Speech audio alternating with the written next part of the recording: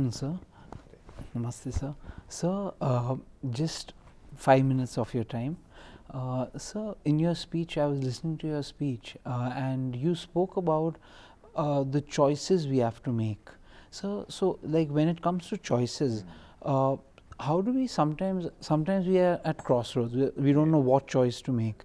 And so what kind of choices were you also referring to? Like, is it life or career or overall a holistic choice which we make? So what is that, sir? When we talk about choice, we are talking about utilizing a very important quality of being human.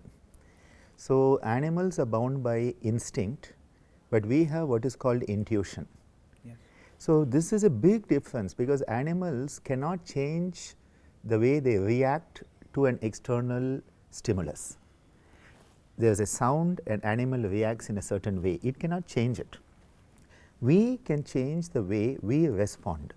So animals react, we respond. So in life, right from our childhood, there are choices to be made. For example, who we choose to have in our friend circle, with whom do we go out, what games do we play, are we physically active or do we stay at home? These are choices. Often these choices depend on the family. So in certain families, the young people are given the opportunity, you can make the choice, we will support you. In other families, you don't make the choice, I will make the choice and tell you what to do.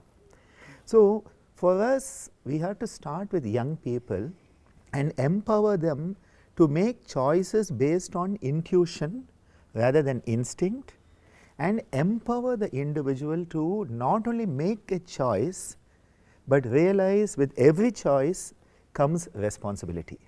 Yes, sir. So if I choose to go to the right, good, go to the right. If I want to go to the left, go to the left. But if I go to the right and there are certain repercussions, I should be ready to accept responsibility and not blame somebody else. Like the consequences. The consequences. So yoga teaches us self-responsibility. And this is why we often say, if you want to be happy, do happy things.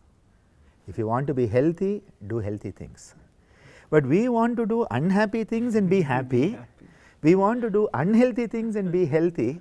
And we want somebody to teach us a pranayama that will do that, right? Or give us a pill. That will not happen. So every moment as a human being, we are empowered in the present moment, not in the past, not in the future. In the present moment, I have a choice. How do I make that choice? Is it mindful? Is it conscious? And do I use what is called viveka in yoga, which is the power of discernment, the buddhi. So the buddhi is the part of our consciousness that can analyze what is right, what is wrong, and then choose to do the right thing. This is what we mean by the power of choice. In fact, this can go back to a very important scripture in Indian literature called the Kathopanishad. And in the Kathopanishad, Yama Dharmaraja is having a conversation with a young boy, Nachiketa. And he tells Nachiketa there are two paths. One is a path which is towards the righteousness, Shreya Marga, the Shreyas. Yes. The Shreya Marga is the path towards nobility, righteousness, and spiritual growth. Preya Marga is the pleasurable path that you take because you think you are having instant gratification, but you end up making a mess of life. And he says, choose the Shreya rather than the Preya. Even though the Shreya might be tougher. It is tougher, definitely. See, if I tell you get up in the morning before the sun rises, somebody may say, oh sir, that is not possible. But if you start to make a choice, I am going to get up before the sun rises, I am going to do some healthy activities in the morning, I am going to sit and contemplate my day in a very mindful way with some deep breathing, I have kick-started my day.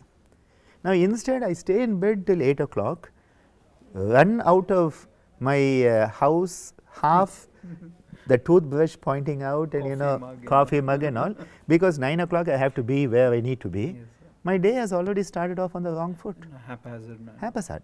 So here the choice is, it may be tough initially, but once you start doing it, you build a ritual. And that is why rituals were called samskara in our culture. You build a healthy samskara that I will get up before the sun rises, I will be active, I will do the best I can to the greatest capacity I have, and I will accept whatever comes with humility. At evening, I will come back home, I will sit quietly for some time, I will do my evening prayer, I will have my food close to sunset, and after that prepare for bedtime. See, this is a dinacharya, this is a life routine.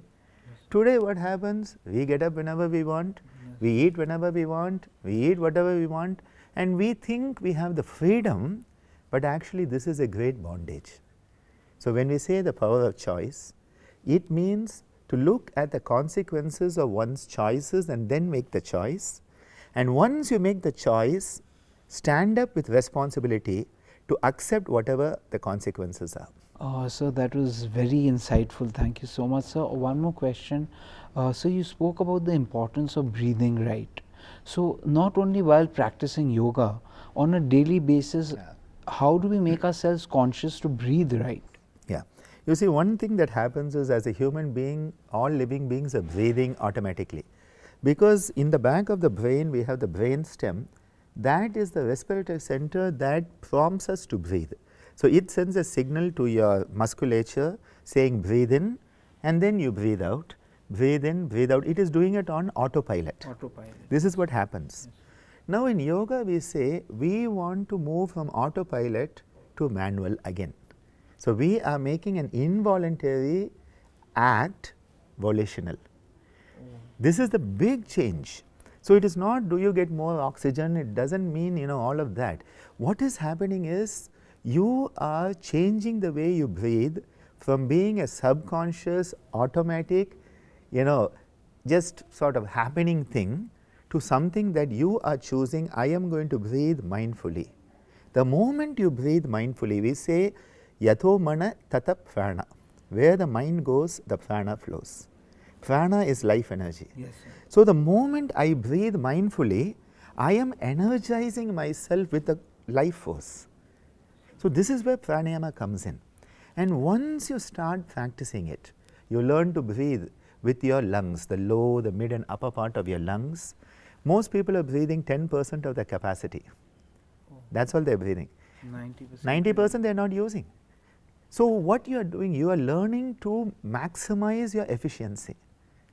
The other thing that happens when you do shallow breathing, it is like you are doing lot of work, but the benefits are less. Because there is something called dead air space, 150 ml. So every breath you take, 150 ml is taken like tax deduction at source. So what happens, what you get in hand is always less. So you are doing a lot of work, but you are not getting much. When you do slow deep breathing, you do not breathe so many times.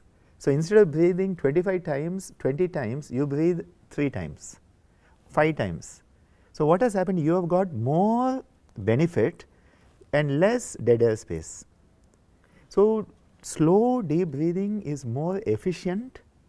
It brings down the sense of stress. So from stress response you go into relaxation. Relaxation response induces what we call the healing response. So go from stress to relaxation, from relaxation to healing by mindful breathing. So the more you practice it, it starts to become your second nature. It is like when you first learn to bicycle, it is very difficult.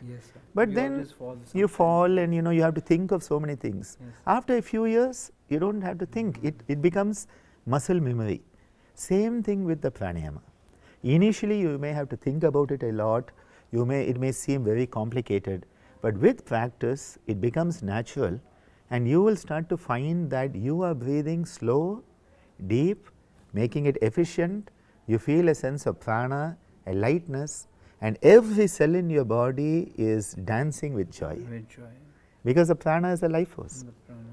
So that makes us more stable and grounded. Absolutely, because without prana, Sir. you are dead. Yes, sir. Eh? The loss of prana is the loss of life. So the more you experience prana, the more you enhance your experience of prana. That is why pranayama is not a breathing exercise. Pranayama is a technique to enhance your experience of life force through the breathing. So the breathing is only the tool, it is only the mechanism. What you are enhancing is the life force.